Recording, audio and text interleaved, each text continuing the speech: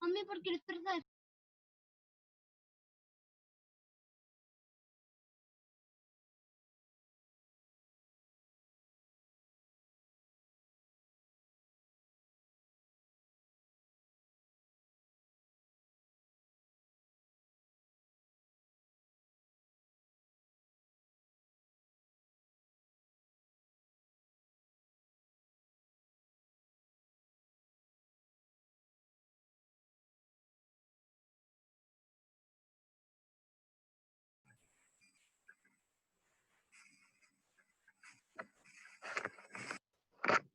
Boa noite a todos, tudo bom? Espero que todos estejam bem. Não sei se está saindo o áudio aí, se está tudo perfeito. Eu vou guardar só mais alguns minutos aí para a gente já estar dando início à classe, tá? Não sei se todos estão me ouvindo, qualquer coisa, me falem. Guardar só mais um pouquinho e a gente já começa.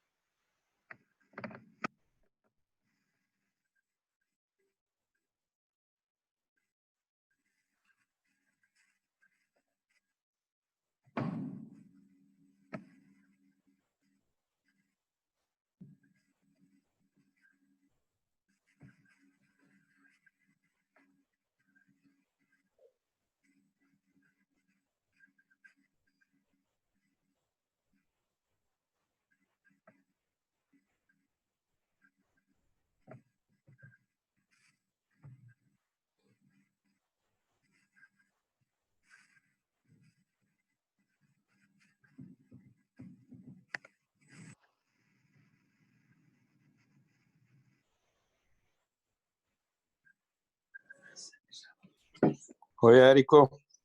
E aí, Zé, tudo bem? Tudo bem? Demorei um pouco para entrar aí. Desculpa. Não, fica tranquilo, vou esperar só mais um. Valeu. Até 8h10 eu já começo aí.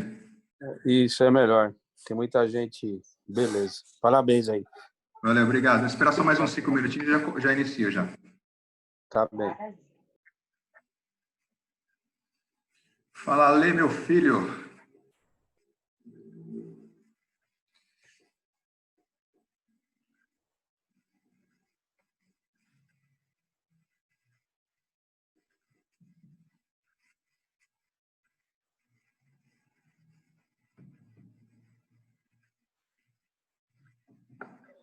Ô, Érico, você fechou aquele dispositivo que não deixa ninguém mexer na tela, né?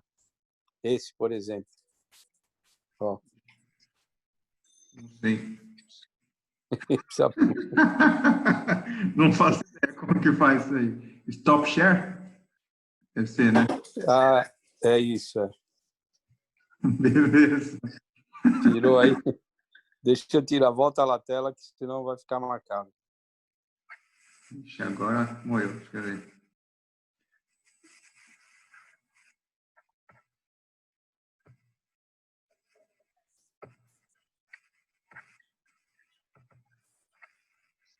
Aí. Aí entrou. É, já saiu. Não sabia disso aí, não. É.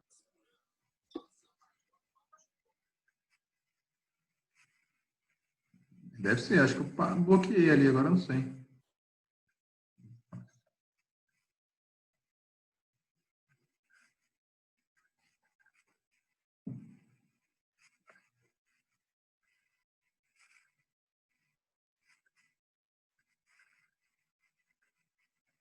Pô, a terra suia do Alê quase caiu, hein? Quase acabou, né? Ah, é verdade. Os libanês aí. Meu Deus do céu, que terror, né? Acabaram com o Líbano. Vocês acham que era só foguinhos de artifício e... Olha ele Para aí. nós chama de. Boa noite. Para nós chama de peteleco isso aqui. Que foi, Ale? Nós chamamos de peteleco aquela bombinha lá. Sabe aquelas que você joga no chão e estoura? É, você viu lá? Que é isso? Nossa, eu tava vendo uns vídeos dos carros. Pô, explodiu um carro de longe. Mas Para mim, pô. conhecia o Líbano e a Síria ainda. Se Deus quiser, eu vou lá. Jogar umas bombinhas lá. Boa viagem. Valeu. Pô, vê se você põe para gravar, hein, Érico. Tá gravando já. Já coloquei. Espera, né? Tá gravando. Coloquei.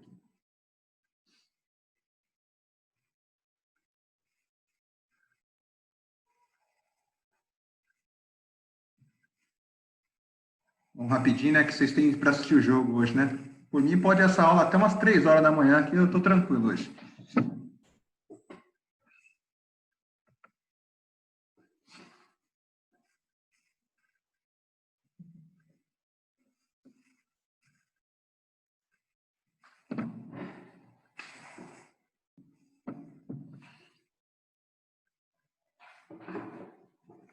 Então, vamos começar? Vou dar início aqui à classe, tá? Então, eu vou estar falando um pouquinho das possibilidades de tratamento na biomecânica, tá? Eu vou falar um pouquinho na parte de diagnóstico, tá? Então, o que seria isso? É a forma que a gente deve fazer uma leitura de uma cefalometria, fazer a leitura de uma radiografia, essa é a ideia, de como a gente vai fazer o planejamento, fazer primeiro o diagnóstico, depois a gente vai fazer o planejamento e a gente vai tratar o paciente depois, tá? Normalmente é assim, eu sigo essa linha, né? Então, o passo a passo que eu vou passar aqui para vocês é da forma que eu faço no meu consultório, tá? Então, eu montei isso aqui da forma que eu faço no meu consultório, tá? Como eu faço a avaliação da radiografia, tanto da panorâmica, como uma teleradiografia, análise de modelo, né? Algumas coisas a gente, como análise de modelo, às vezes eu peço diretamente para o centro radiológico, né? Mas a grande maioria eu refaço. Normalmente os traçados eu refaço, vem com muitos erros do centro radiológico, tá? Então, vamos começar.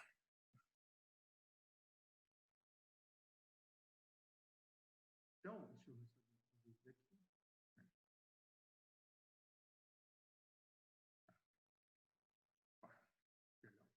Então, a primeira coisa que a gente vai ver no paciente, antes de eu pedir fazer o exame clínico do paciente, eu vou avaliar esse paciente, a foto desse paciente. Então, já veio o paciente no meu consultório, vi que era um caso de ortodontia. Então, agora, com a documentação em mãos, eu vou começar a avaliar esse meu paciente, né? Se eu estiver falando muito rápido, vocês, por favor, vão me avisando.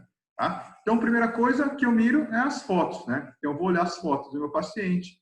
Então, eu vou olhar aqui a radiografia lateral desse meu paciente para ver se eu tenho uma simetria entre maxila e mandíbula, se elas são proporcionais, né? Vou ver ele de perfil.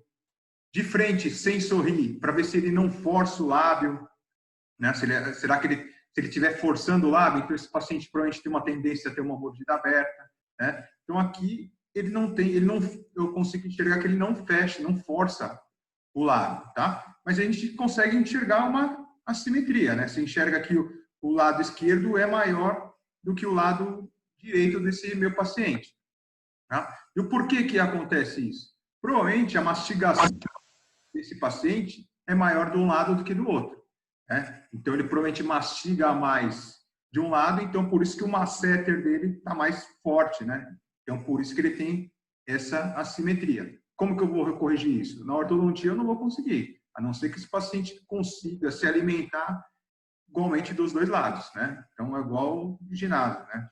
Não dá para trabalhar só um braço, tá? E aqui, a foto sorrindo, normalmente a gente enxerga essa simetria, né? Aqui eu peço a gente pede a foto sorrindo para ver se esse paciente tem um sorriso gengival, né? Se esse paciente tem uma mordida aberta, se eu consigo enxergar alguma assimetria, tá? Aí, olhando aqui a foto dos dentes, então, a primeira coisa que eu consigo enxergar é falta de espaço para os caninos, né? Eu enxergo que esse paciente tem uma mordida profunda, não enxergo os incisivos inferiores, falta espaço para o canino inferior também.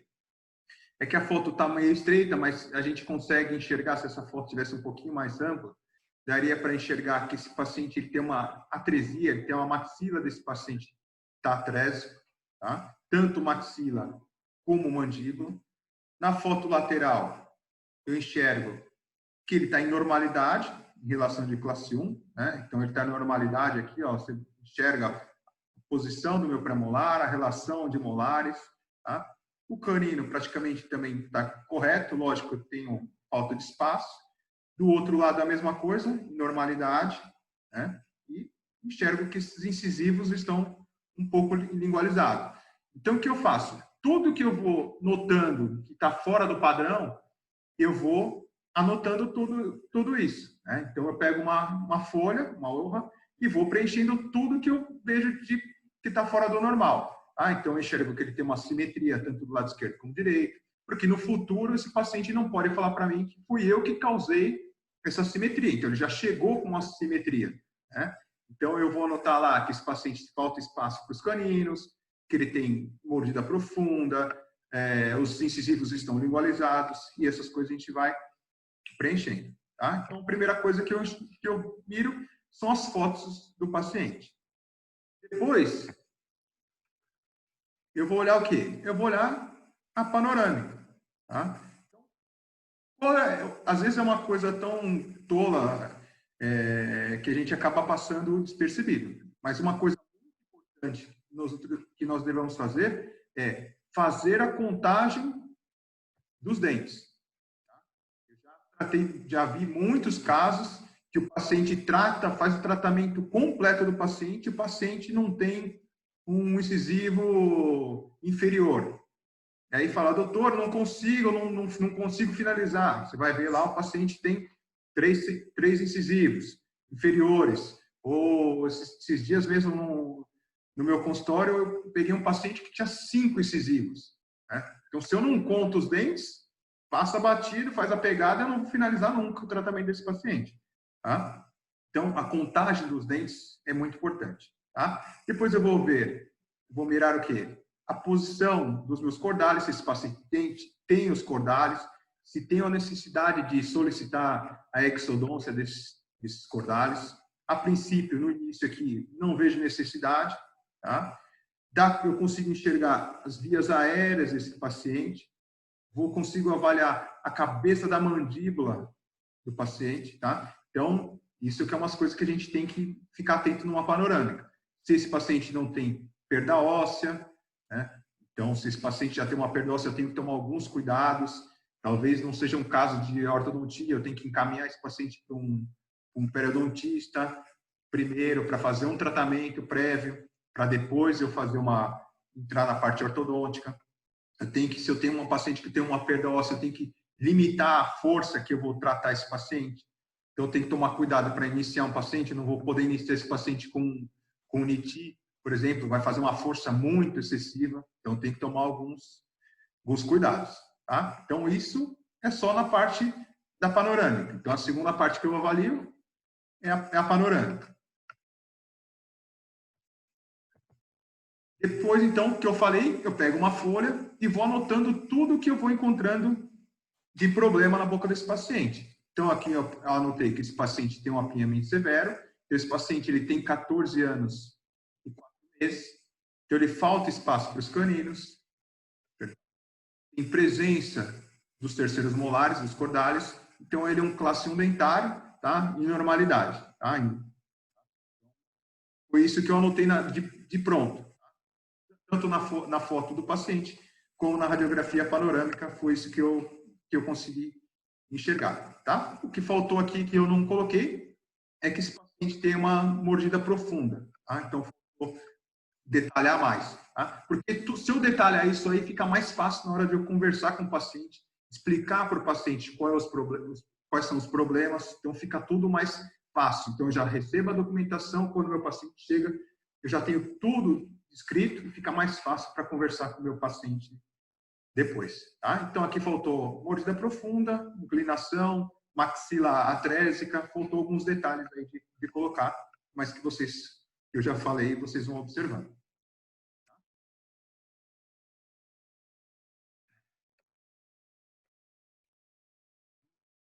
Então, a maloclusão, ela indica o problema, tá? Então, a maloclusão, ela indica um problema, mas é impossível tratar o meu paciente sem um bom diagnóstico. Tá? Eu não consigo tratar esse paciente só olhando a dentição desse paciente. Eu mirei, esse paciente ele tem uma relação de normalidade dentária, falta espaço para os caninos, tá? Mas só com isso eu não consigo tratar esse paciente. Né? Sem um diagnóstico cefalométrico eu não consigo tratar. Eu não sei se eu posso avançar esses incisivos, se eu posso expandir, né? Eu preciso ter um bom diagnóstico, tá? Então, eu fiz um diagnóstico inicial, mirando dentes, e agora eu vou avaliar as outras partes. Agora eu vou mirar a cefalometria, tá? Depois que eu analisei as fotos e a panorâmica, eu vou fazer a análise do modelo, né? Então, eu vou pegar esse modelo, principalmente naquele caso clínico, e vou ver o quanto falta de espaço para eu corrigir esse tratamento. Né? Então, eu vi que ele tem apiamentos severos, então eu preciso saber o quanto eu necessito de espaço para arreglar tudo isso. Tá? Então, como eu faço? Eu vou medir dente a dente. Eu vou medir na arcada inferior, de segundo pré a segundo pré, de mesial e distal de todos os dentes. Então, a gente faz a medida, depois a gente vai ter uma classe só sobre isso, então vocês vão medir dente a dente. Então, a gente anota isso. Depois a gente vai anotar o espaço presente, o quanto que eu necessito de espaço. Eu vou saber se falta ou não o espaço e o quanto falta de espaço. Tá? Na maioria das vezes, no meu caso, no meu consultório, eu já peço para o centro radiológico já fazer essas medidas, né? Para eu não ter que ficar fazendo dente a dente. Mas, para quem está iniciando, é muito interessante fazer essas medidas tomando dente a dente. Tá? Mas, por questão de tempo, no meu caso, eu peço para o centro radiológico já fazer. Tá? Mas, no meu caso, muitas vezes, na teleradiografia, eu refaço os traços. Então, aqui que a gente enxerga novamente, ó, uma maxila atrésica, falta de espaço para os caninos, e eu enxergo que meus incisivos superiores estão lingualizados. Como minha maxila está atrésica, então, olha como eu enxergo essa minha mandíbula. Ó. Minha mandíbula também está atrésica. Tá? E olha como falta espaço, tanto para o meu lateral, espaço zero para o meu canino, né? Então, está bem lingualizado. Então, meu incisivo inferior está lingualizado por conta do meu incisivo superior. E por quê que acontece isso? Porque depende do padrão facial desse paciente. Então, ele tem uma força, provavelmente ele tem uma força muscular tão grande que faz com que os incisivos se tornem mais lingualizados. Tá? Então, aqui mais um ponto, falta espaço. Então, agora, nesse caso, eu teria que fazer as medidas. E onde a gente faz? Normalmente, a gente faz as medidas no arco inferior para fazer a discrepância dentária desse paciente. Tá? Agora, aqui a gente vai anotar. Eu notei que esse caso aqui, ele faltam 12 milímetros no arco. Então, eu necessito de 12 milímetros para deixar nivelado o meu arco inferior. Agora, como que eu vou conseguir esses 12 milímetros?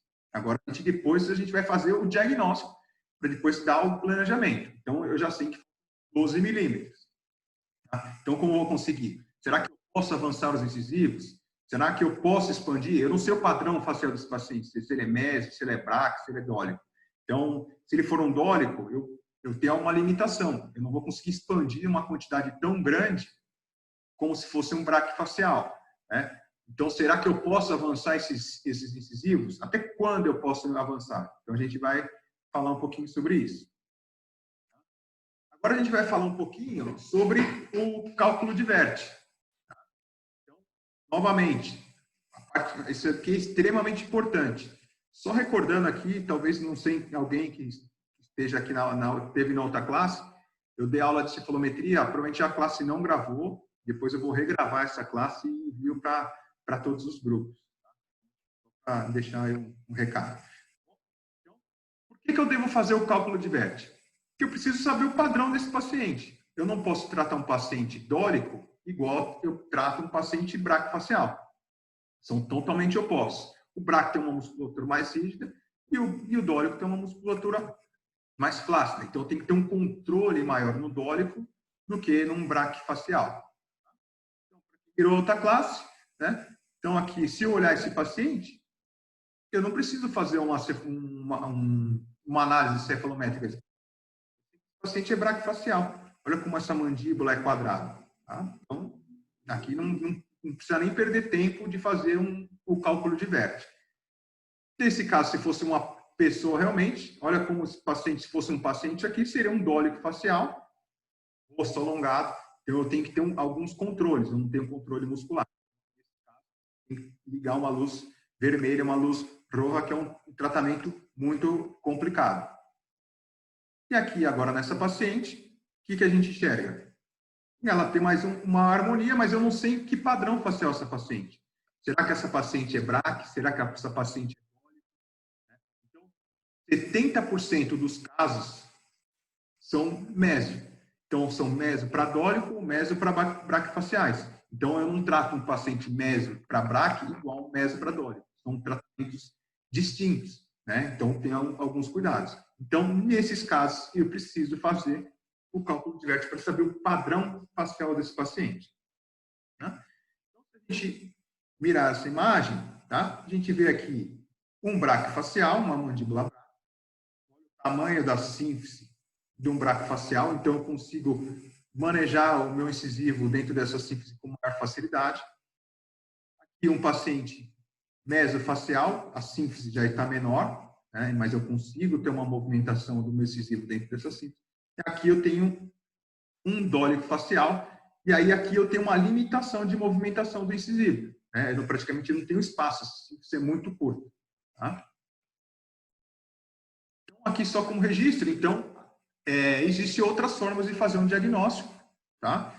Então, aqui eu dividi a cara desse paciente, a face desse paciente em duas metades. Tá? Quando a gente faz uma análise, a gente enxerga que ele tem as duas metades são proporcionais. Então, isso é uma característica de um paciente mesofacial. sem uma cefalometria, eu não posso afirmar que é um mesofacial. Agora, quando eu divido a cara desse paciente em terços, eu vou ver que o terço inferior desse paciente está aumentado. Então, é uma característica do quê? De um dórico facial. Então, uma análise deu meso, agora a outra medida deu dórico. Então, até aí, a gente não sabe o padrão. Então, vamos fazer o cálculo de vértice desse paciente. Então, aqui, o paciente tem 5 anos, tá? Aqui estão as medidas desse paciente já com um ajuste de idade. O ajuste de idade aqui é o valor obtido desse paciente, o desvio padrão, então o valor deu 5,51, sendo braquifacial severo. Né? Ou se eu fosse mirar só pela cara do paciente, na primeira imagem, MES, na segunda, dólico, e pela cefalometria, um braquifacial. Isso mostra o quanto é importante a gente fazer um bom diagnóstico e por que a gente deve fazer a cefalometria. Tudo bem? Se eu estiver falando rápido, qualquer dúvida, pode me interromper durante a classe que eu vou dando algumas informações. Então, mais uma vez, a cefalometria é o instrumento mais importante para a elaboração do diagnóstico ortodôntico. Tá? Então, sem um diagnóstico, sem uma cefalometria, eu não consigo tratar esse paciente. Só mirando a cara desse paciente, eu não consigo. Um avião e quiser chegar no Líbano, na Europa, sem um mapa eu não consigo enxergar, não consigo chegar no meu destino. Então, a cefalometria é o meu mapa, meu guia de como eu vou tratar esse paciente. Tá? Então, eu necessito disso para tratar o paciente. Então, agora a gente tem o quê? A cefalometria. Então, eu peguei a teleradiografia, eu preciso fazer uma análise dessa minha cefalometria, da minha teleradiografia. Tá? Então, aqui, com a teleradiografia que eu consigo enxergar as vias aéreas desse paciente, não tem problema. Né? Aqui, lógico, que eu já tenho uma visão, mas vocês, quanto mais começarem a mirar a telerradiografias ou panorâmica, praticamente vocês vão mirar, já vão bater o olho, já vão enxergar praticamente um padrão desse paciente. Então, aqui eu enxergo que esse paciente tem uma mordida profunda. Sem mirar a foto do paciente, se eu mirasse só a teleradiografia, já conseguiria enxergar que ele tem uma mordida profunda e eu tenho uma extrusão do meu incisivo inferior, eu tenho uma inclinação, meus incisivos estão lingualizados. Então, eu consigo observar algumas coisas. Tá? Então, depois que eu peguei a teleradiografia, o que eu vou fazer? Vou começar a fazer os traços. Então, a gente vai fazer os traços primeiro das estruturas anatômicas. Depois que eu fizer as estruturas anatômicas, a gente vai localizar os pontos e os planos. E agora sim, com os planos, a gente vai fazer o diagnóstico desse meu paciente. Então, eu estou falando agora do meu caso clínico, daquele caso clínico lá do início, falta de espaço para o canino. Então, o eixo facial, a norma é 90 e o valor obtido foi de 92. Então, é uma tendência o quê? Braquifacial. Agora a gente vai olhar o quê? A profundidade facial, que ela vale o quê? A mandíbula. Tá? A norma é 87, tá? Sem os anos, e eu enxergo que esse paciente está com 96. Então ele me mostra o quê? Que a mandíbula desse paciente está avançada, está adelantada. Então, eu tenho um problema mandibular, minha mandíbula está avançada. Lógico, depois eu tenho que avaliar a minha maxila, mas a princípio eu enxergo que minha mandíbula está avançada. Agora a gente tem o ângulo do plano mandibular. Tá? Então aqui a norma é 26 e deu 14. Tá? O ângulo diminuído significa que esse paciente também tem um plano mandibular de um braquifacial. Aqui na minha altura facial, eu tenho a norma 47, que ele não altera com a idade, e eu tenho um valor de 25. Então, está cerrado essa minha mandíbula e a minha maxila, né? Então, por isso que ele tem uma mordida profunda. Então, esse paciente, o valor obtido foi de 25. Tá? Já fazendo por 4 medidas, eu já avaliei que nas 4 medidas iniciais, ele teve 4 fatores braquifaciais. E agora, por último, o arco mandibular, que a norma é 26, está aumentado, então em 40. Então, os 5 fatores que eu já mirei são braquifaciais. Então, só olhando lá a teleradiografia, eu já consigo, pelo menos nesse caso, eu consegui enxergar que ele era um braquifacial. Mas nem sempre, tá? Já avaliando esses 5 fatores, né, já sei que esse paciente é um braquifacial. Agora a gente vai fazer o cálculo para saber se é um braquifacial severo, se é só um braque, se é um braque suave. Tá? Então, aí aqui a gente fez o ajuste de idade, o valor obtido desse meu paciente, aqui pelas contas, espero que sejam corretas. Então, o valor deu 2,8, significa que esse paciente é um paciente braquifacial severo. Sendo um paciente braquifacial severo e com um apinhamento tão grande, será que eu devo fazer exodontia nesse paciente ou não? Né? Se fosse um dólico facial, já ligava o sinal de alerta de que eu não conseguiria ganhar tanto espaço no dólico facial. Então, existiria uma grande chance de sacar 4 pré-molares. Por ser braquifacial, eu devo evitar fazer extrações. Não quer dizer que não é uma regra que eu não devo fazer extrações em braquifaciais, mas eu devo evitar por causa da força muscular desse paciente. Tá? Então, vamos lá. Seguindo aqui. Então, notei que esse paciente é um braquifacial severo. Então, eu notei lá para explicar para o pai dessa criança, desse menino, o porquê que eu devo evitar fazer uma extração, como que vai ser o tratamento, que ele tem uma força muscular muito grande, o porquê que os incisivos estão lingualizados, por causa da força muscular. Então, a gente vai fazendo um diagnóstico. Depois que eu fiz o diagnóstico, o que a gente precisa agora? Eu vou fazer a premissa. O que seria a premissa? É a continuação do meu diagnóstico.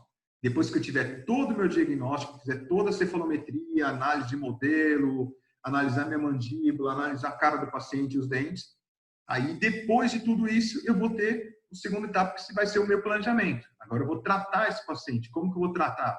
Vou sacar os pré-molares desse paciente, vou fazer disjunção, vou colocar um quadrix, um mulligan, vou sacar os incisivos, os molares, eu vou planejar, né? E depois a gente vai avaliar o resultado. O que eu espero desse paciente? Será que eu consigo expandir esse paciente? Será que se eu tratar esse paciente sem exodôncia, será que eu não vou ter um problema, não vou causar um problema, um dano para esse paciente? Será que eu posso avançar esse incisivo? E se eu avançar esse incisivo, será que eu não vou ter um problema de perda óssea, de retração gengival das encias? Então, eu já tenho que pensar lá no futuro, no resultado desse paciente. Eu tenho que planejar e já pensar como vai terminar o futuro. Tá? Então, que seria a premissa. Depois, vocês vão ter uma classe que se chama VTO, né, que vocês vão pôr num papel o final desse tratamento. Certo? Então, vamos lá. Premissa. Como eu falei, premissa de tratamento é o diagnóstico. Então, o diagnóstico de tratamento. A gente vai avaliar a alteração cefalométrica e facial desse paciente, se ele tem alguma alteração. Será que eu vou tratar esse paciente com ou sem exodontias? Não sem, né? Por ser braquifacial, eu vou tentar evitar de fazer extração nesse paciente, mas por falta de espaço e pela discrepância dentária desse paciente ter dado menos 12, faltou 12 milímetros. Então, eu tenho que gerar muito espaço para conseguir tratar esse paciente sem ter que sacar pré-molares. E se eu sacar 2, como vocês miraram que o paciente está em normalidade em relação molar, se eu sacar 2 pré-molares inferiores, automaticamente eu tenho que sacar 2 superiores, porque ele está em relação de classe 1. Então, eu não posso só sacar inferior e não sacar no superior, se for o caso desse tratamento. A mecânica de tratamento, será que eu posso avançar ou não esses meus incisivos, né? O quanto eu posso expandir? Será que se eu não quiser fazer exodôncia, eu tenho que fazer stripping? Né? Então, a gente já tem que pensar nas mecânicas. Como que eu vou tratar esse paciente? Vocês miraram que não tem espaço. Doutor, será que eu posso pôr um NIT para tratar esse paciente? Será que se você passar um NIT 12, praticamente não vai ter efeito algum? Vai ter uma força, mas mínima. Mas será que se você iniciar esse caso clínico com um NIT 14, por exemplo, não vai ter problema? Será que você não vai avançar? A força que você vai exercer sobre o lateral não vai ser muito grande? Então, você vai correr o risco de ter uma reabsorção radicular em cima do lateral, uma retração da minha gengiva, das minhas encias. Então, você vai ter um grande problema se você tratar esse paciente com NIT. Né? Então, já tem que pensar num problema lá no futuro. E as possibilidades, e aqui que seriam as possibilidades terapêuticas e as consequências. Né? Então, será que eu posso pôr neonite? Ou eu devo colocar um arco utilitário com alças para evitar, para fazer um nivelamento prévio e diminuir a força desse caso? Eu acho que é mais favorável. Né? Mas talvez, que eu já mirei muitos alunos que me escrevem, me enviam casos clínicos, que talvez acham que é extremamente complicado, principalmente em seus países, vocês utilizarem um arco utilitário com alça, o paciente não vai aceitar usar um arco utilitário com alça. Lógico, se você chegar numa região que não existe, praticamente não tem tratamento, é extremamente complicado. Mas se você conseguir passar para o seu paciente a importância dessa alça, o porquê que você vai usar essa alça, né? Por que eu não posso, se eu colocar um arco reto, os danos que vou causar na boca desse paciente, você acaba convencendo o seu paciente de pôr uma alça. Né? Esteticamente não é bonito, mas eu acho que é favorável. Se você conseguir, se você seguir essa classe que eu estou dando, se você seguir essa classe passo a passo, você consegue convencer o seu paciente como você tem que tratar o seu caso. Tá? Então, doutor, ele não quer colocar a alça. De verdade, se tem casos que não tem possibilidade de tratar com alças, eu prefiro não tratar o paciente. Eu prefiro que ele vá procurar outro consultório e trate em outro lugar, porque é um dinheiro, é uma plata que eu vou ter um problema.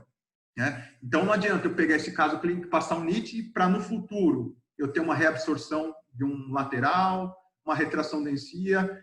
Essa plata, esse dinheiro que você ganhou num curto prazo de tempo, no futuro pode gerar um problema, um processo, algum problema. Então, a gente tem que pensar muito bem da forma que a gente vai tratar para que, num caso, cause um dano nesse paciente e no futuro isso volte contra você e você tenha algum problema no futuro. Então, sempre pense, é melhor colocar alça do que lastima o paciente. Lógico que lastima o paciente. Eu não queria pôr isso na boca do meu filho, na minha boca. Mas se isso é favorável, se isso vai ser o melhor para o meu filho, eu vou colocar na boca do meu filho um arco utilitário, alça, não importa. Eu acho que se um pai ou uma mãe quer o melhor para o seu filho, ele vai aceitar. E se a pessoa, um adulto, achar que ele quer o melhor para a boca dele, eu acho que ele tinha que fazer a melhor forma possível. Tá? Mas eu acho que vocês têm que tentar, de uma forma, convencer o seu paciente a tratar. Doutor, eu vou ter que colocar um quadriélix no meu paciente vai ficar aborrido. Não importa, o paciente tem que entender que é um problema. Existem possibilidades? Existem possibilidades. Mas um tratamento que às vezes eu coloco um quadriélix na boca do paciente, eu trato esse paciente 1 ano e meio. Se eu tentar fazer com um arco utilitário, talvez eu consiga. Não vai ser numa grande proporção, só que eu vou demorar 4, 5 anos, sei lá, muito mais. Será que o paciente quer ficar 4, 5 anos com o aparelho ou ele prefere ficar sofrendo num quadriélix uma semana? E a primeira semana é a pior. Se ele aguentar essa primeira semana, passa rápido, ele aguenta. Eu tenho amigos que eu trato que choram. Então, homem é o mais chorão. Colocar um quadriélix em um homem, chora 3 meses. Né? Então, por isso que o homem não tem erros. Né? Essa é a verdade. Tá? Que o homem é tudo chorão. Então, mas tem que convencer esse paciente. Vamos lá. E agora a gente vai fazer o quê? O ciclo cibernético. Já falei muito ali atrás. E agora eu vou explicar a sequência de que eu faço a minha análise. Tá? Então, ponto 1, eu analiso meu eixo facial, tá? Que eu vou avaliar o quê? A tipologia facial desse paciente. Então, a gente já viu que nosso é um braquifacial, então eu sei que a musculatura dele é mais rígida, tá? E a direção de crescimento dessa minha mandíbula, tá? Ela está crescendo mais vertical ou mais horizontal, tá? Depois que eu analisei o eixo facial, eu vou avaliar o quê? A minha maxila, tá? A posição da minha maxila, a convexidade, tá? Será que eu vou cambiar essa convexidade? Eu posso ou não alterar a minha convexidade, tá? Ponto 2. Tá? Porque toda vez que eu alterar minha convexidade, eu vou alterar meu incisivo inferior. Por isso que é importante primeiro mirar a maxila e depois a mandíbula. Então aí eu vou avaliar o quê? A posição do meu incisivo inferior, que é o quê? É o meu 1APO. Tá? Então eu alterei a convexidade lá em cima, eu cambiei meu 1APO. Então, de análise. Depois eu vou fazer a análise do meu primeiro molar inferior. O que eu devo avaliar a posição do meu primeiro molar inferior? Se for um caso que eu optei por 4 exodôncias, ou vou sacar 2 pré-molares inferiores, eu tenho que saber a posição do meu primeiro molar. Então, se é um braquifacial, ele tem uma anclarem muscular. Mas será que, às vezes, que nem nesse caso clínico, ele necessita de 12 milímetros para arreglar o apenhamento, corrigir o apenhamento? 12 milímetros. Então, se eu sacar 2 pré-molares, praticamente vão me gerar 14 milímetros. Então, vamos sobrar 1 milímetro de cada lado. Tá? Então, eu vou usar 12 milímetros no arco para corrigir o apenhamento e vão me sobrar 2 milímetros. Então, eu não posso fazer uma ancoragem máxima nesse paciente. Porque se eu fizer uma ancoragem máxima nesse meu molar, vai sobrar 1 milímetro de cada lado e eu não vou fechar. Né? Então, vai chorar, não sei o que vocês vão fazer. Vai colocar um mini tornilho, que seja, né? Mas não impossível. Tá? Depois que você fez uma ancoragem na cortical, dificilmente você consegue destravar esse molar. Né? Então, qual a importância? Imagine que esse paciente precise de 14 milímetros. Então, se eu sacar 2 pré-molares, são 14 milímetros, eu necessito de totalmente esse espaço. Então, eu tenho que travar esse meu molar na cortical. Eu não posso deixar que esse molar caminhe nem 1 milímetro. Porque se esse molar caminha 1, 2 milímetros, vai faltar espaço para arreglar o apenhamento. Tranquilos? Então, por isso que é importante a posição do primeiro molar inferior. Depois que eu tratei o molar inferior, eu vou avaliar a posição do meu molar superior. Tá? Qual a importância do meu molar superior? Se meu molar superior estiver adelantado, estiver à frente do meu erro facial, é um indicativo, por exemplo, se é um indicativo de que eu posso distalizar esse segundo molar, tá? No caso de um paciente braquifacial. No dólico facial, provavelmente eu vou evitar de fazer uma distalização do meu molar. Por que eu devo evitar uma distalização do meu segundo molar num dólico facial? Porque toda vez que eu distalizo meu molar, abro meu eixo facial. Se eu abro o eixo facial, o dólico facial tem tendência a quê? A ter mordida aberta. Então, se eu distalizar meu segundo molar superior, eu abro essa mordida e esse paciente vai ficar com uma mordida aberta. Tá? Então, eu tenho que tomar alguns cuidados.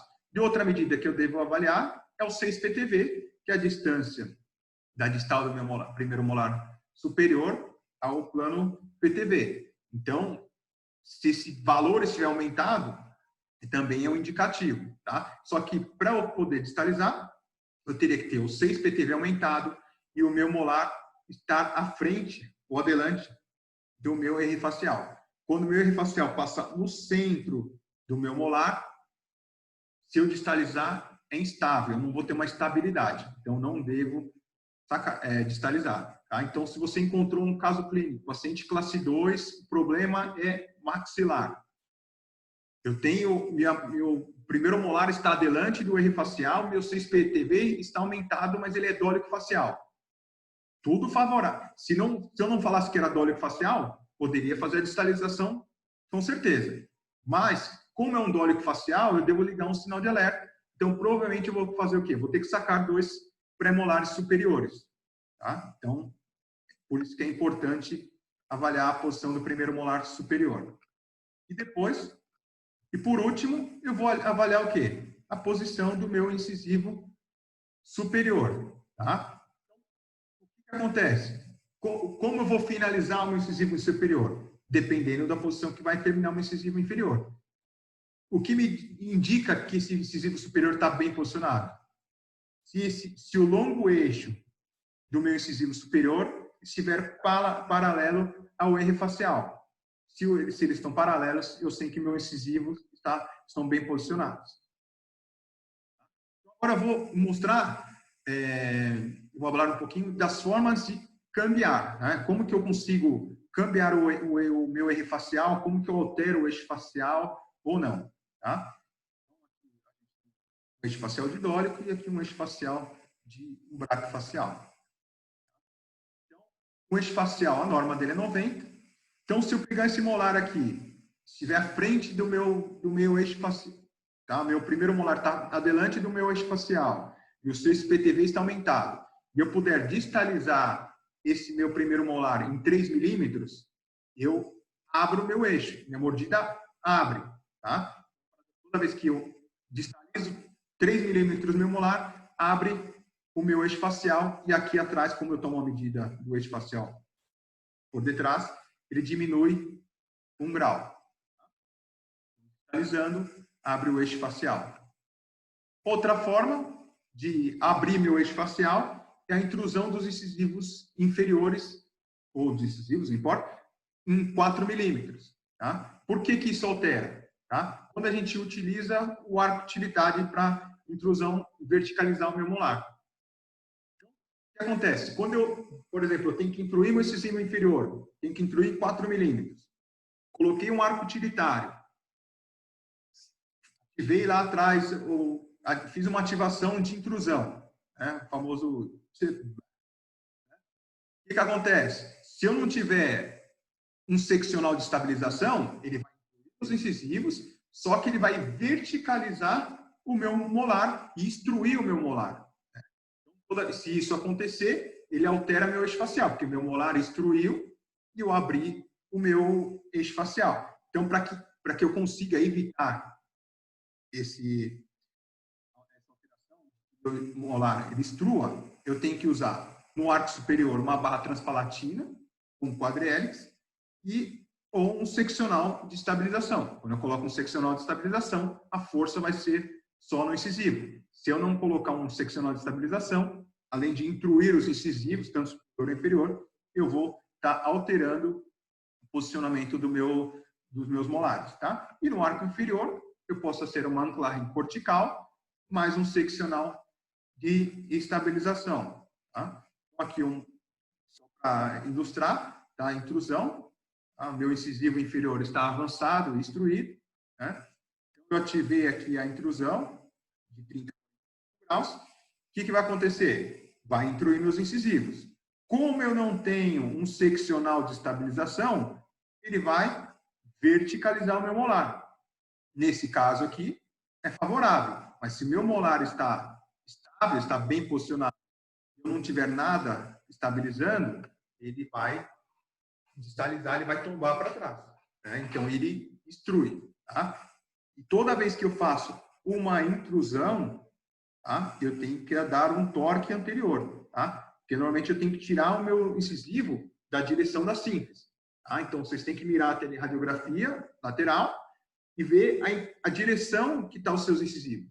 Tá? Se ele tiver uma inclinação pronto para tocar na cortical, você tem que dar um torque de 5 graus, colocar ele dentro do osso alveolar, aí sim fazer intrusão, como está aqui, tá? E depois você reposiciona. Porque se você intruir nessa posição, o incisivo toca na cortical e não intrui. Então você tem que dar um torque anterior.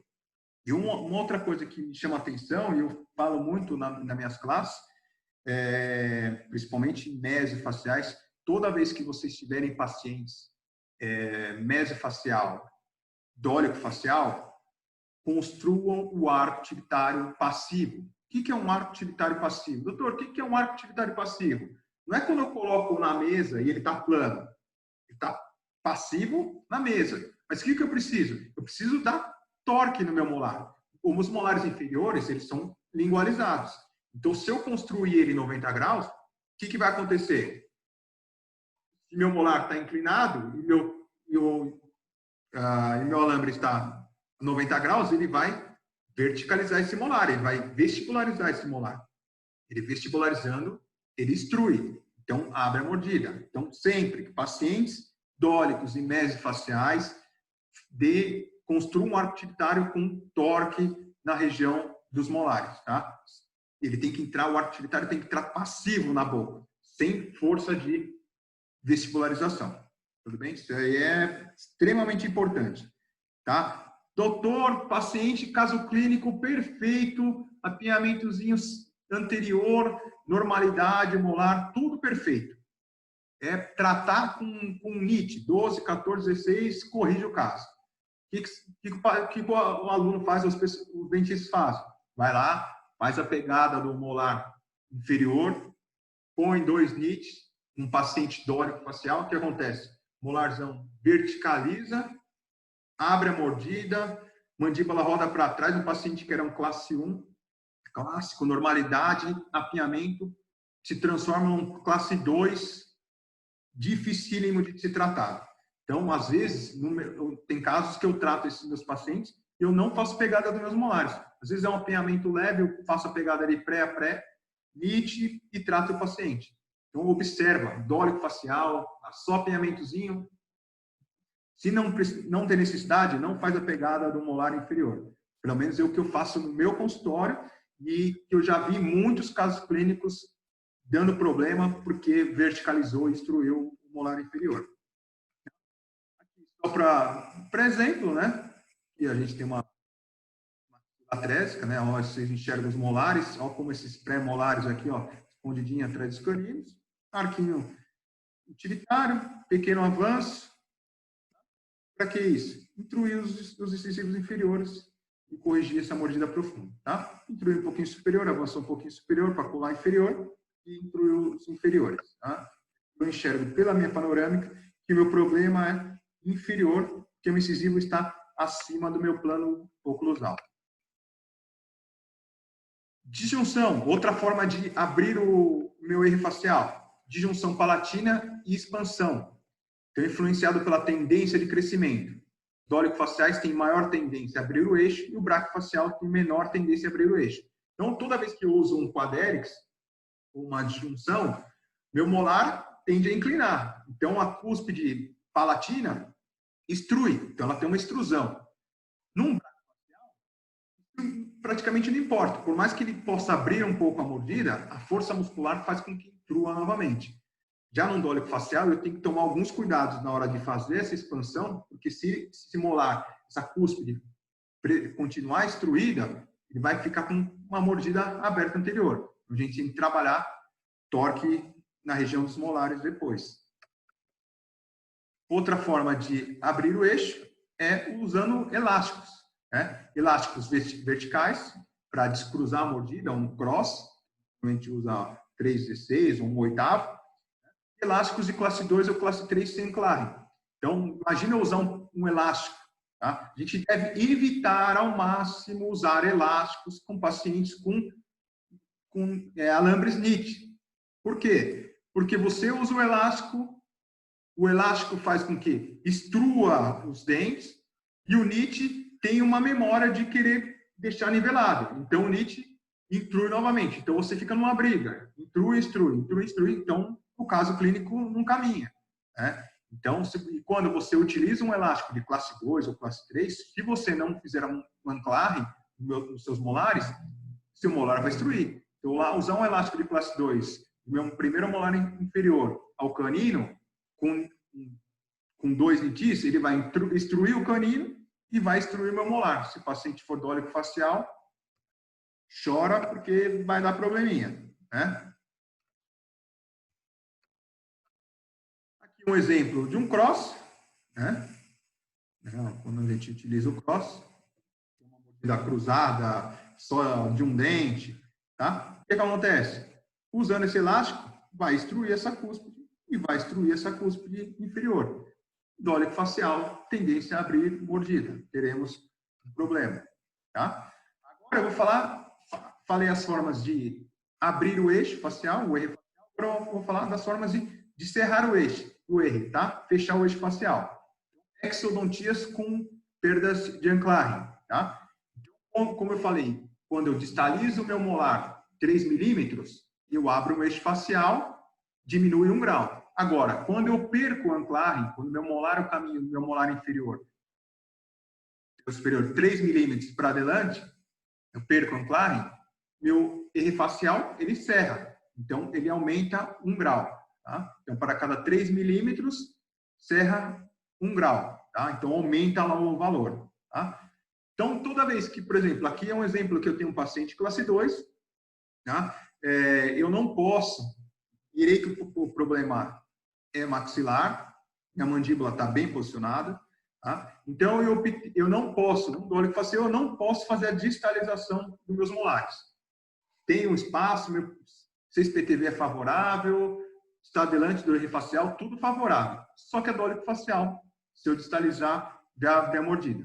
Então o que eu vou fazer? Eu vou sacar 2 pré-molares superiores. Esse é o mais indicado. Tá?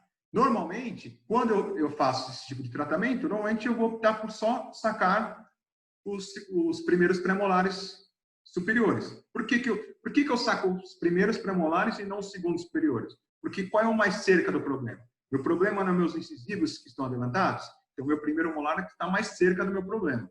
Eu saco o meu primeiro molar. Tá? E tem pessoas que querem que finalize uma relação de molar em normalidade, em classe 1.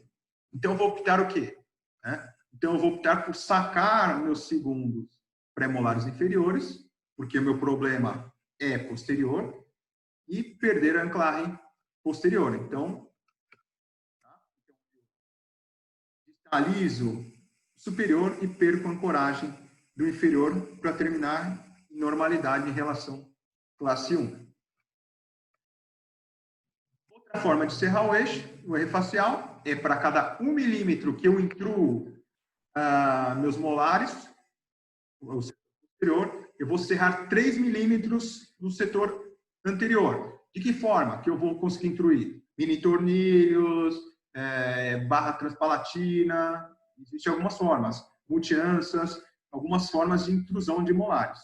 Não é sensível, não é fácil, mas existe essa possibilidade.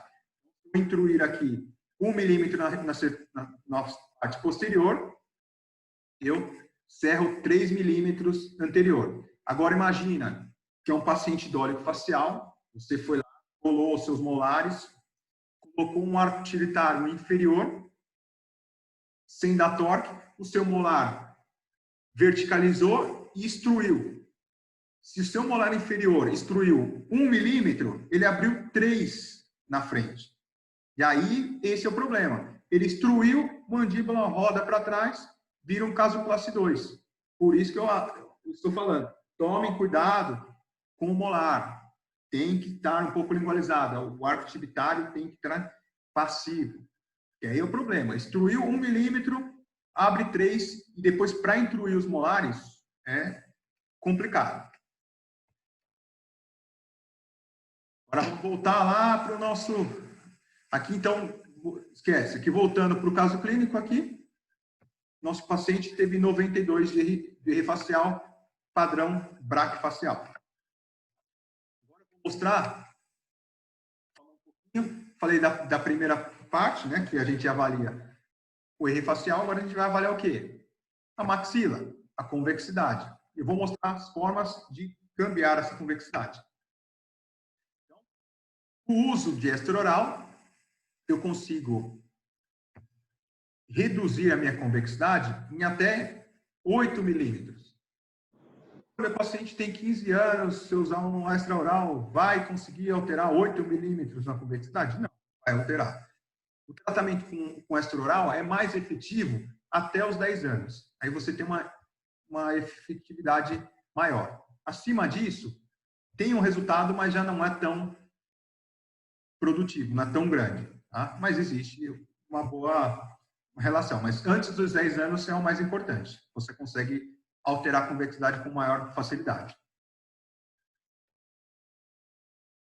Outra forma de cambiar a convexidade é o uso de elásticos de classe 2. Eu consigo reduzir minha convexidade em até 3 milímetros. Tá? Como? Eu vou distalizar aqui, ó, corrigir, arreglei a posição do meu canino, deixei ele em chave classe 1, e aí eu vou fazer o quê? Vou ter que retrair esses incisivos. Então, eu vou cambiar a posição da minha convexidade.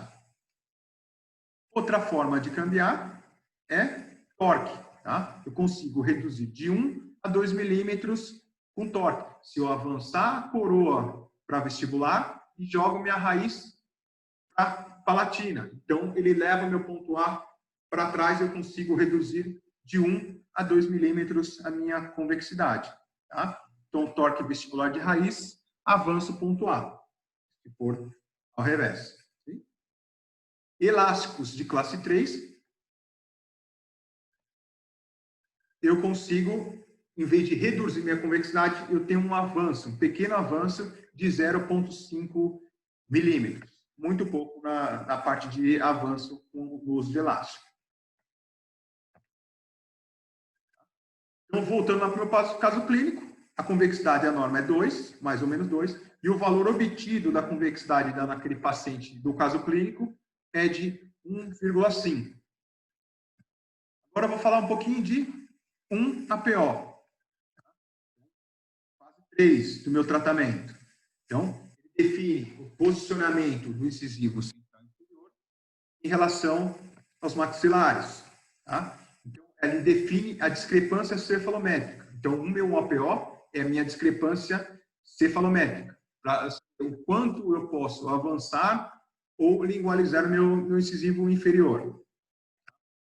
Uma mudança na minha convexidade, ela cambia à medida no planejamento. Então, uma convexidade que diminui 1 milímetro, o meu APO cambia, ele aumenta 0,5. Tá? Então, toda vez que eu alterar minha convexidade, eu cambio o meu APO. Então, eu reduzi minha convexidade, meu incisivo foi para trás, para a palatina, é como se o incisivo fosse para adelante. Tá? Para cada 1 milímetro que eu cambio a convexidade, eu cambio 0,5 do meu APO. Então, primeiro, eu defino a convexidade para depois definir um APO na premissa. Então, esse meu paciente ele começou com um APO de 1,5. APO, perdão, a convexidade de 1,5. Então, ele é um classe 1 esquelético. Tá? Agora, ele tem uns incisivos, né, se vocês recordarem, ele tem uns incisivos lingualizados. O que vai acontecer? Provavelmente, eu vou ter que avançar esse meu incisivo. Se eu avançar e der torque nos meus incisivos, provavelmente eu vou reduzir a minha convexidade. Então, se eu reduzir minha convexidade, automaticamente meu APO está aumentando. Tá? Então, agora, depois eu preciso fazer o cálculo de quanto eu vou cambiar minha convexidade para saber o quanto eu vou cambiar meu APO do meu paciente. Então, discrepância cefalométrica ela pode ser 0, positiva ou negativa, e é determinada pela posição do incisivo inferior em relação ao plano APO.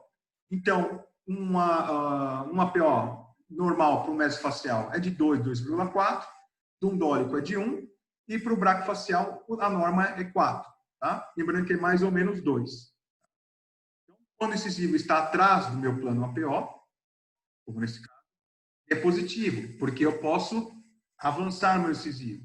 Quando ele está à frente, ele é negativo, porque eu devo retrair os meus incisivos. Para cada 1 milímetro que eu avance meu incisivo, eu vou ganhar 2 milímetros de espaço no arco, porque são dois lados. Tá? Se eu avançar 1 milímetro do seu incisivo inferior, vai gerar 2 milímetros na arcada. Aqui só a título de exemplo, se eu tiver um paciente dólico facial com um APO de menos 2, a norma dele é de 1. Então, doutor, o que eu faço? Será que eu ponho um arco utilitário? Aqui, se ele for favorável, se você colocar um NITI aqui, é favorável. Por quê? Porque eu quero que avance meus incisivos. Como eu quero que meus incisivos avancem, nesse caso, é favorável colocar um NITI, porque ele avança meus incisivos. Né? Caso contrário, se ele tivesse com 1 e com apinhamento, ou 4, que seja, se eu colocar um NITI, ele vai avançar ainda mais. Aí eu não devo. Aí eu devo colocar um arco utilitário para nivelar e ter o controle de torque dos incisivos. Já nesse caso, se eu tenho um APO de 8, um braquifacial, eu não posso avançar mais porque eu já tenho diastemos aqui. Então, eu faço a retração dos meus incisivos, cerro os espaços e levo o meu 1APO para normalidade. Tá? Então, no caso clínico que a gente está tratando, um APO desse paciente é de menos 6,5. Ou seja, eu posso avançar e muito meus incisivos. Tá? Posso avançar os incisivos bastante. Tá? Agora, o quanto eu posso avançar, eu não sei. Será que eu posso levar, por ser um braquifacial, será que eu consigo levar ele de menos 6 para mais 4? É muita coisa. Será que eu consigo? Aí a gente vai avaliar depois. Eu acho que é muita coisa para avançar. Mas vamos cambiar, sim. Tá? Depois a gente tem a discrepância total. O que seria a discrepância total? Seria a discrepância dentária, que no meu caso lá foi de menos 12, então faltando 12 milímetros de espaço, mais a discrepância cefalométrica do meu APO, né? Que é de menos 6,5. Posso avançar nos incisivos. A discrepância total é a quantidade de espaço necessário para correto alinhamento dos dentes e posicionamento dos incisivos ao valor da norma cefalométrica. Faz o desenho símbolo de São Paulo aqui também. Apesar que nós estamos na desgraça. Vamos lá. Seguindo. Calma que daqui a pouco vamos ver o jogo do Palmeiras. Seguindo aqui. Então, a gente fez mais um diagnóstico. Anotei aqui que o erro facial 92. Avançado. E ele tem um crescimento horizontal. A convexidade é de mais 1,5 e é o classe 1 esquelético. Tá? A convexidade dele é 1,5, então a norma é esquelético. Um APO desse meu paciente, só um momentinho. Um APO desse meu paciente, lembrando que é menos 6,5. E agora a gente vai retornar lá para o caso clínico. Estou falando muito hoje. Regressando, agora a gente vai avaliar a profundidade maxilar, 95, a norma é 90. Então, quer dizer que a maxila está avançada. Se eu recordar, a minha mandíbula está avançada. E agora eu consigo enxergar que também a minha maxila está adelantada. Tá? E protruso. O comprimento da base anterior do crânio, o valor obtido foi de 58, tá? Por a norma é 55, mas pelo crescimento ele deveria estar com 59, então a base do crânio dele está dentro da norma. O ângulo interincisivo, tá, obtido foi de 165, mas por ele ser um braquifacial, Marcão, você sai e entra toda hora, meu amigo. A norma deveria ser 120, tá? Porque os incisivos dos braquifaciais são mais horizontais, tá? Então, o padrão aqui para um braquifacial deveria ser 120. Voltando aqui, a discrepância cefalométrica do meu caso clínico, como ele tem um APO de menos 6,5, como são os dois lados, então a discrepância cefalométrica desse paciente é 13. Tá? Eu posso avançar, se eu for levar esse meu APO até 0, eu vou conseguir gerar 13 milímetros no arco. Tá? Esse PTV desse paciente, 2, a norma dele deveria estar com 17, então os molares estão mais adelantados, né? Então por isso que essa maxila está protruída, né? Então a gente consegue notar por esse posicionamento. Então, aqui a gente anota aqui, profundidade facial 96, maxilar 95. O paciente é biprotruso.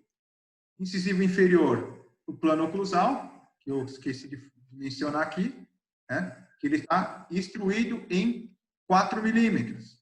Tá? Então, instruiu meus incisivos. Tá? E o ângulo interincisivo de 165 graus.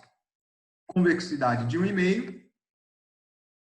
Como eu falei que eu vou avançar meu incisivo, eu vou torquear o meu incisivo superior, eu vou cambiar a posição da minha convexidade, que está em 1,5, eu vou levar ela a 0, tá? Trabalhando torque. Se eu cambiei minha convexidade, o que vai acontecer? Eu vou cambiar o meu 1APO, que de início foi menos 6,5 e passou para ser menos 6. Então, agora eu necessito de 12 milímetros, não mais... se eu avançar, eu vou ganhar 12 milímetros no arco. Voltando para o caso clínico, de novo, avaliei maxila, avaliei mandíbula, avaliei que ele tem assimetria, o lado esquerdo é maior que o lado direito, analisei o sorriso, falta corredor bucal, falta expansão, alinhamento, falta espaço para os caninos, mordida profunda, incisivos, tanto superior como inferior, lingualizados, normalidade, maxila atrésica e mandíbula atrésica. Então, fiz todo o diagnóstico. Tá? Planejei, avaliei fotos, panorâmica, analisei toda a cefalometria, vi o padrão facial dos pacientes, que ele é braquifacial, virei todas as medidas.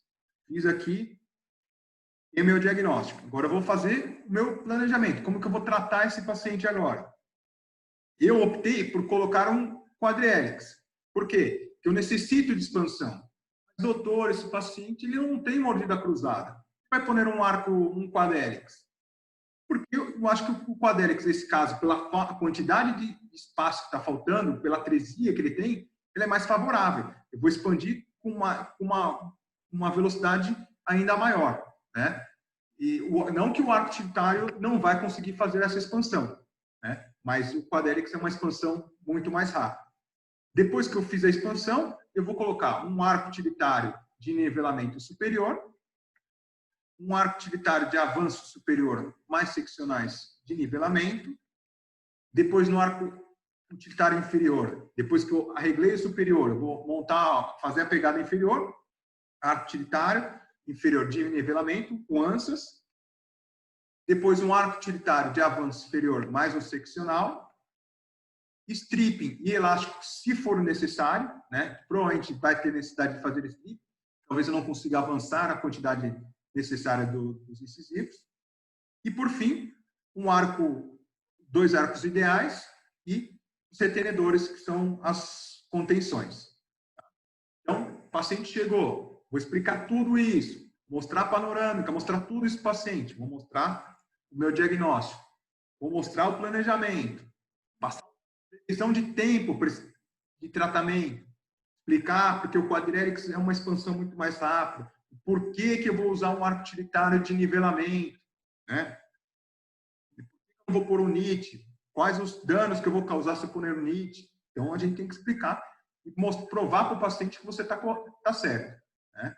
Não pode ter medo de estar falando, eu acho, não. Tem que falar que é e bota para frente. Tratar esse paciente.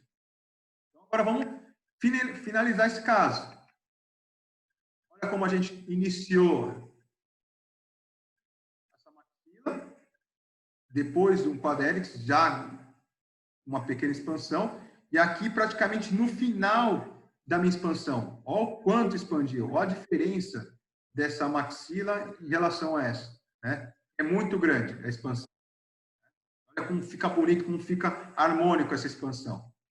No arco inferior, olha como ele é atrésico, ó. Se você mirar aqui a tábua óssea aqui, e aqui, ó, com expansão superior, facilitou a expansão inferior, ou aqui, ó, praticamente finalizado.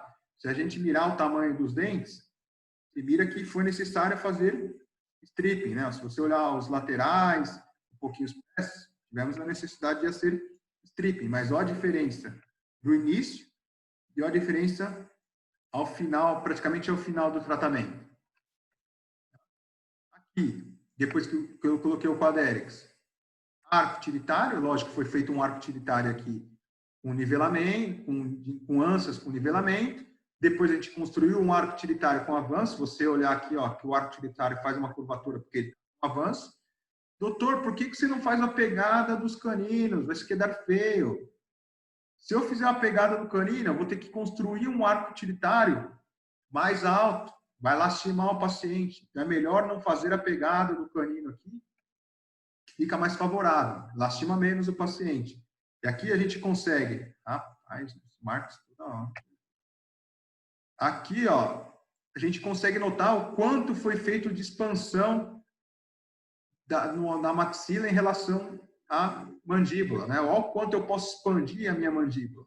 Né? E aqui ao final, ó, foto anterior, a qualidade não está muito boa, né, de quem tirou a foto aqui, né? Não tinha muita plata para colocar um teléfono melhor, não tinha investigações, e aí, por isso que essa imagem não está tão boa. Né? Depois, aqui a foto lateral, depois de ter feito a expansão, a gente entra com um seccional de nivelamento. Doutor, posso poner um NIT?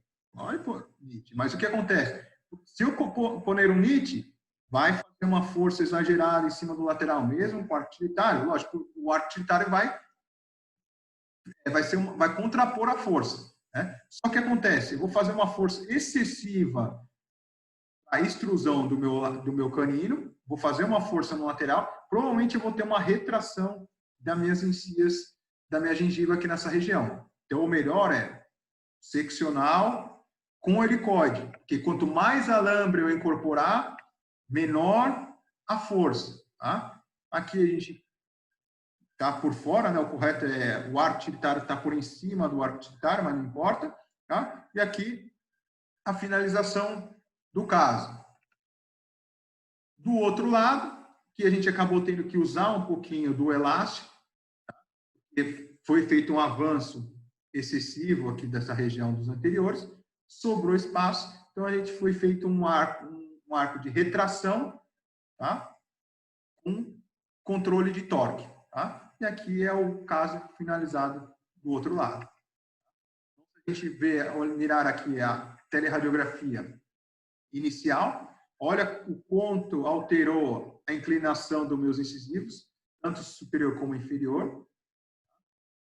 Aqui, ó.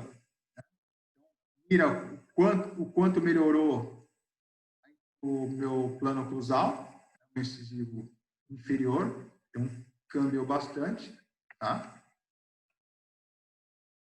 De início, meu R facial começou com 92, terminou com 91, tá?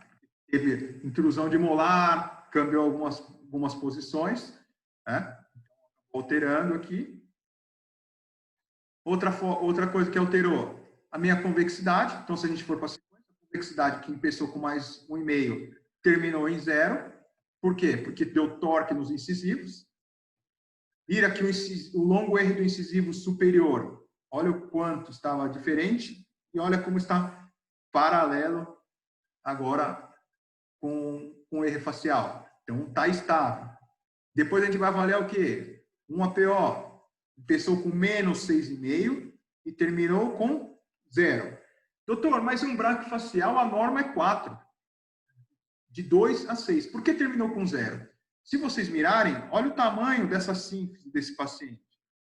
Talvez se ele tivesse uma sínfise menor, mais flaquita, não como o doutor Rodrigo, quem conhece, né? Provavelmente teria terminado aqui em mais 2. Né? Mas o problema aqui é essa síntese. Tá? O meu molar aqui, ó. Aqui o plano oclusal que estava em mais 4, instruído, terminou em mais 1. Certo? Aqui praticamente não teve alteração. Alterou aqui a posição por causa do crescimento do lábio, mas isso a gente não deve levar muito em consideração. Certo? Então, início e fim do tratamento. Tá? Tudo bem? Espero que todos tenham entendido. Tá? Foi mais um bate-papo. Lógico que essa classe seria muito mais fácil com a gente presente, né? Mas espero que tenha sido bem produtivo. Se vocês tiverem dúvidas, por favor, podem escrever, podem falar agora. Tá? Espero que todos tenham entendido. Eu falei em português, eu falei muito rápido. Dúvidas, podem fazer perguntas. Se não quiserem falar aqui agora, me contestem, podem me mandar mensagens por WhatsApp, Instagram, por onde seja, e aí a gente vai tirando dúvidas. Casos clínicos, muitos já me enviam, pode continuar enviando, mas sigam essa sequência. Tá? Se vocês seguirem essa sequência de diagnóstico, de planejamento, tudo se torna mais fácil. Tudo é um facilitador. Tá bom? Espero que todos estejam bem. Vamos ver se tem perguntas aqui. Muito obrigado, muito obrigado. Então, dúvidas, perguntas?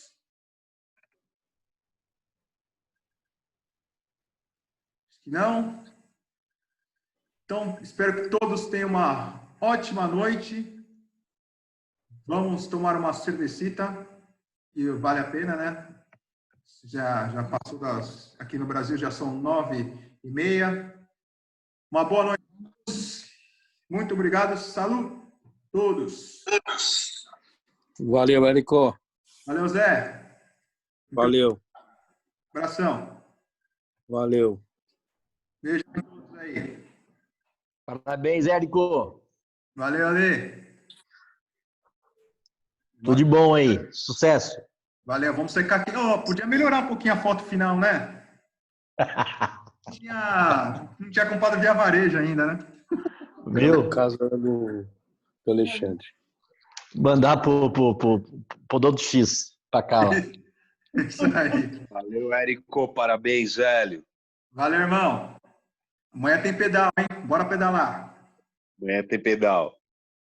Abraço. Amanhã... O Marquinhos. Nossa, parece cabeça. O Marquinhos, vai falando.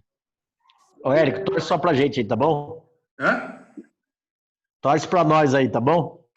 Quem torce pra você? Eu não quero nem saber de futebol, meu amigo. Acabou o futebol pra mim.